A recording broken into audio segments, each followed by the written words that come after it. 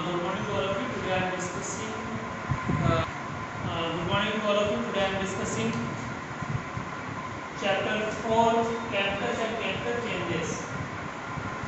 And today's topic is chemical changes. In our previous video, we will discuss the chemical changes and first example of the reddish brown reaction on a iron object. मतलब iron के ऊपर जो reddish brown reaction होती है जिसको हम rust बोलते हैं और वो प्रोसेस जो है वो रस्टिंग कहलाती है, उसके बारे में हम लोगों ने डिस्कशन किया। न्यू जो टॉपिक है वो है browning vegetables and fruit surface. मतलब बहुत सारे ऐसे वेजिटेबल्स हैं, फ्रूट्स हैं जिनको अगर हम काट के रख देते हैं या उनकी जो पील्स होती है, जो छिलके होते हैं, उनको निकाल करके रख देते हैं तो क्या होता है कि वो जो उनका सरफेस होता है या कटने के बाद क्या होते हैं वो वेजिटेबल्स या फ्रूट्स ब्राउन कलर में कन्वर्ट हो जाते हैं। ऐसा क्यों होता है? एक्चुअली उस फ्रूट्स या वेजिटेबल्स के अंदर एक तरह का कोई एलिमेंट्स या कंपाउंड पाया जाता है जो क्या करता है, ऑक्सीजन के साथ तुरंत रिएक्शन करता है। जो एटमॉस्फेरिक ऑक्सीजन होती है उसके साथ तुरंत रिएक्शन करता है और क्या करता है, वो फ्रूट्स के सरफेस को या कटे हुए फ्रूट्स वेजिटेबल क्या कर देता है, ब्राउन कलर में चेंज कर देता है। ये जो ब्राउन कलर का जो चेंजिंग होती है ये इसको बोलते हैं मेलनिन, इसको मेलनिन बोलते हैं। अब करते क्या है, ये तो हो गया कि भाई कोई भी एक वेजिटेबल से, जैसे ब्रिंजल हुआ, जैसे एप्पल हुआ, एप्पल में भी होता है कि अगर आपने क्या किया, काट कर दूध रख दिया तो वो क्या होता है, ब्राउन कलर में चेंज हो जाता है। ब्रिंजल से उसको भी आपने काट कर रख दिया तो वो भी क्या हो जाता है, वो भी ब्राउन कलर में जो उसका होता है सरफेस या कटा हुआ पार्ट होता है वो चेंज हो जाता है। तो ये जो ब्राउन कलर है मैंने बताया कि इसको क्या बोलते हैं, मेलनिन बोलते हैं। अब इसको रोकने के लिए, इसको प्रिवेंट करने के लिए, इसको रिस्ट्रिक्ट करने के लिए क्या करते हैं कि हम टैप फ्रेश वाटर पे या वाटर पे, नॉर्मली वाटर को क्या करते हैं, कटने के बाद जो फ्रूट्स वेजिटेबल्स होते हैं उनको डिप करके रख देते हैं। जिससे होता क्या है कि जो एटमॉस्फेरिक ऑक्सीजन होती है वो क्या करती है, वो फ्रूट के साथ जो उसमें कंपाउंड्स प्रेजेंट होते हैं उसके साथ क्या कर सकती है, क्या नहीं कर पाती है, रिएक्शंस नहीं कर पाती है। जब एटमॉस्फेरिक रिएक्शंस उस फ्रूट से वेजिटेबल में प्रेजेंट कंपाउंड के साथ रिएक्शन नहीं करती है, क्या है, वो कन्वर्ट नहीं होता है ब्राउन कलर में फ्रूट्स या वेजिटेबल। तो ये था सेकेंड जो केमिकल चेंजेस थे, browning of the vegetables and fruits. Next है reaction between vinegar and baking soda. Reaction between vinegar and baking soda.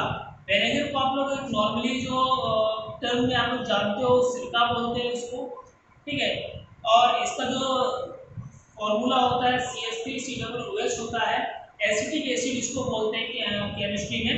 तो होता क्या है कि डिजॉल्व करते हैं 1 टेबल स्पून बेकिंग सोडा को इन 100 ml वाटर में।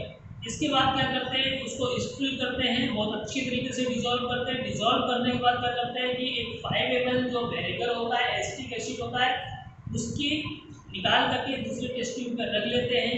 फिर इसके बाद कुछ जो ड्रॉप्स होते हैं बेकिंग सोडा के, उसको क्या करते हैं, उस टेस्ट ट्यूब में जो टेस्ट ट्यूब की जो बॉल होती है उसके थ्रू क्या करते हैं, उसमें हम डालते हैं। सपोज ये टेस्ट ट्यूब है, ये टेस्ट ट्यूब है और इस टेस्ट ट्यूब में क्या है, ऑलरेडी जो है वो विनेगर फिल है। क्या फिल है, विनेगर। हमने 5 ml हमने क्या लिया था, विनेगर दिया था। और ये और इसी के ड्रॉपर के थ्रू जो है, एक ड्रॉपर के थ्रू कर क्या है कि जो बेकिंग सोडा है इस पे डाल दें। तो हम देखते क्या है, ऐड करने के बाद विनेगर में बेकिंग सोडा को, कि इससे एक गैस पास हो रही है, एक गैस का फॉर्मेशन हो रहा है। इस गैस को CO2 बोलते हैं। इस गैस को क्या बोलते हैं, CO2 बोलते हैं। इसमें वाटर भी बनता है और इसमें क्या बनता है, सोडियम एसीटेट बनता है। तो ये क्या है, ये एक तरह का चेंजेस है। अब सपोज करिए कि जो हम चेंजेस जो हम प्रैक्टिकल करेंगे या जो हम इस टॉपिक में डिस्कशन कर रहे हैं, तो कैसे पहचानेंगे कि ये जो गैस प्रोड्यूस हो रही है वो कार्बन डाइऑक्साइड ही है। उसके लिए करते क्या है कि हम जो लाइम वाटर होता है, ठीक है, उसमें क्या करते हैं, उस गैस को पास कराते हैं, ठीक है, जिससे क्या होता है वो कैल्शियम कार्बोनेट में कन्वर्ट हो जाता है। ठीक है, तो कुछ इसकी इक्वेशंस हैं जो मैं आपको बताया दे रहा हूँ। एसिटिक एसिड जिसको वेनेगर बोलते हैं, CH3COOH प्लस, फिर क्या है कि ये किससे रिएक्शन करता है, ये रिएक्शन करता है ये रिएक्शन करता है बेकिंग सोडा से। तो बेकिंग सोडा का जो केमिकल फॉर्मूला होता है वो क्या होता है, NaCH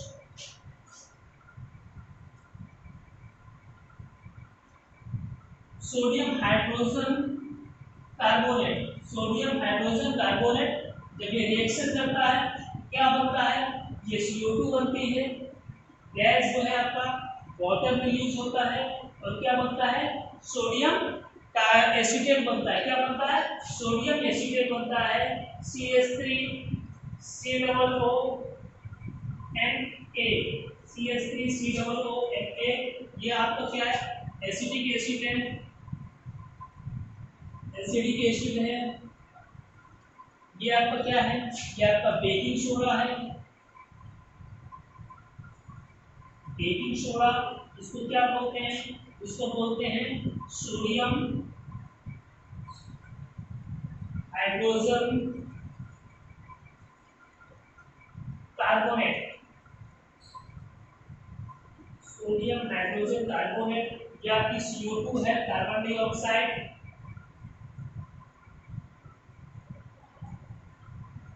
ऑक्साइड, ये आपका वाटर है, और ये क्या है, ये है sodium acetic carbonate, sodium acetate. ये क्या है आपका, सोडियम एसीटेट, सोडियम एसीटेट। तो ये जो एक रिएक्शन थी, इसमें क्या करते हैं कि जब बेकिंग सोडा और विनेगर एक दूसरे से क्या करते हैं, रिएक्ट करते हैं।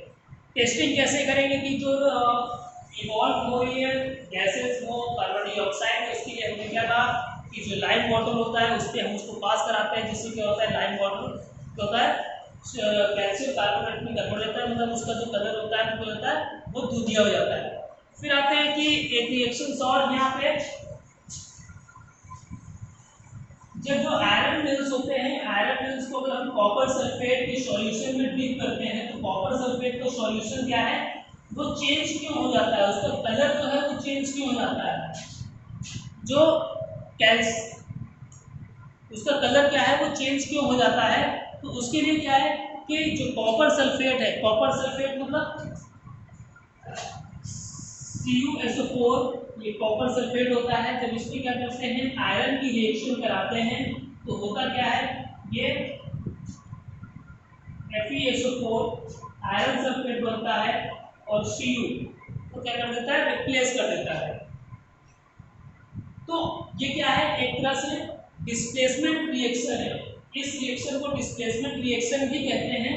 होता क्या है कि जो कॉपर सल्फेट है, ये कॉपर जो सल्फेट है, इस कॉपर सल्फेट का जो कलर होता है वो क्या होता है, वो ब्लू कलर का होता है। लेकिन जैसे ही इसमें क्या करते हैं, हम आयरन की नेल्स को क्या करते हैं, डिप करते हैं, तो होता क्या है कि इसका कलर क्या होता है, ग्रीन कलर में कन्वर्ट हो जाता है, ठीक है। और जो आयरन की नेल्स होती हैं, आयरन की नेल्स क्या होता है, ब्राउन कलर का एक जो लेयर होती है वो आ जाती है, ठीक है। और क्या करता है, जो कॉपर होता है, कॉपर को एलिमिनेट कर देता है।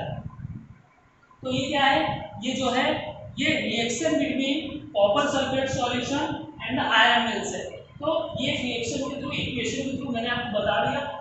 और इसको क्या बोलते हैं, इसको डिस्प्लेसमेंट रिएक्शन बोलते हैं, क्योंकि क्या करता है, जो आयरन होता है कॉपर सल्फेट सॉल्यूशन से कॉपर को क्या कर देता है, एलिमिनेट कर देता है, उसकी जगह क्या होता है, अपने आप को प्लेस कर देता है, और कॉपर को वहां से क्या कर देता है, निकाल देता है। अब आते हैं जो हमारा नेक्स्ट टॉपिक है वो फिजिकल चेंज है। हम लोग बहुत शुरू से पढ़ते हुए चले आ रहे हैं, 6-7 से कि जो फिजिकल चेंजेस होते हैं, फिजिकल चेंजेस में जो मटेरियल होता है, जो ऑब्जेक्ट होता है, उसकी जो बॉडी होती है या उसका जो शेप होता है, साइज होता है, वो चेंजेस होते हैं। मतलब उसमें वो एक तरह का रिवर्सिबल चेंजेस होता है। एग्जाम्पल्स के थ्रू आपको बता दे रहा हूँ कि आइस है, आइस को क्या है, अगर हम रूम पे रखते हैं तो आइस जो है धीरे धीरे मेल्ट होने लगती है। अब उसी मेल्ट हुई आइस को अगर हम जाकर के दोबारा से प्रेशर पे रखते हैं तो क्या होता है, वो एक सॉलिड सब्सटेंस में या कंपाउंड में क्या होती है, वो कन्वर्ट हो जाती है। तो ये क्या है, ये फिजिकल चेंजेस है। फिजिकल चेंजेस में होता क्या है उसका शेप बदलेगा, उसका साइज बदलेगा, उसका जो लेंथ है या जो विड्थ है वो बदलेगी, ठीक है, उसका क्या है कलर बदलेगा। तो ये क्या है, ये सब फिजिकल चेंजेस है। क्रिस्टलाइजेशन क्या होते हैं, जो हमारा नेक्स्ट टॉपिक है क्रिस्टलाइजेशन। क्रिस्टल्स जो है वो एक प्योरेस्ट फॉर्म है किसी भी कंपाउंड का, क्या है सबसे प्योरेस्ट फॉर्म है, उसको क्या बोलते हैं क्रिस्टल बोलते हैं। जब किसी कंपाउंड से या किसी इम्प्योर कंपाउंड से हम उसको प्योर करते हैं तो ये प्रोसेस क्या कहलाती है, क्रिस्टलाइजेशन कहलाती है। सपोज करिए कि जो कॉमन सॉल्ट होता है या उसको टेबल सॉल्ट बोलते हैं, उसका फॉर्मेशन कैसे होता है, उसका फॉर्मेशन सी वाटर से होता है थ्रू द इवेपोरेशन। इवेपोरेशन के थ्रू क्या हुआ, उसका फॉर्मेशन होता है कॉमन सॉल्ट का, ठीक है, जिसको NaCl बोलते हैं। अब उसमें बहुत सारी इम्प्योरिटीज होती हैं, जिसमें मैग्नीशियम भी होती है, सैंड्स भी होती है और अदर इम्प्योरिटीज होती है।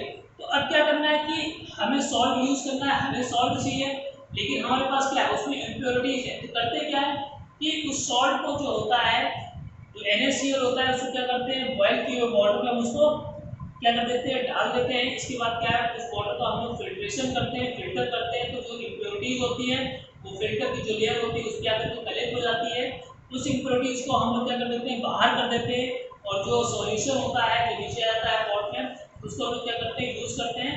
यूज़ करने का मतलब ये होता है कि उसको क्रिस्टल फॉर्म में कन्वर्ट करते हैं। क्रिस्टल होते क्या है कि एक जियोमेट्रिकल शेप होता है, ठीक है, जिसमें क्या होता है अब वो जो NaCl है वो आपका गोल भी हो सकता है, ठीक है, वो आपका स्क्वायर फॉर्म में भी हो सकता है, वो आपका ट्रायंगल भी हो सकता है। तो क्रिस्टल्स जो होते हैं एक जियोमेट्रिकल शेप्स भी होते हैं। जो आपने शुगर यूज करते हैं तो उसमें क्या होता है उसका भी एक शेप होता है ना, ठीक है, वो स्क्वायर शेप में होता है, ठीक है, वो ट्रायंगल, डिफरेंट टाइप के शेप्स में वो क्या होता है वो होते हैं। तो ये क्या है, ये आपका क्रिस्टलाइजेशन है और क्रिस्टल्स है, ठीक है।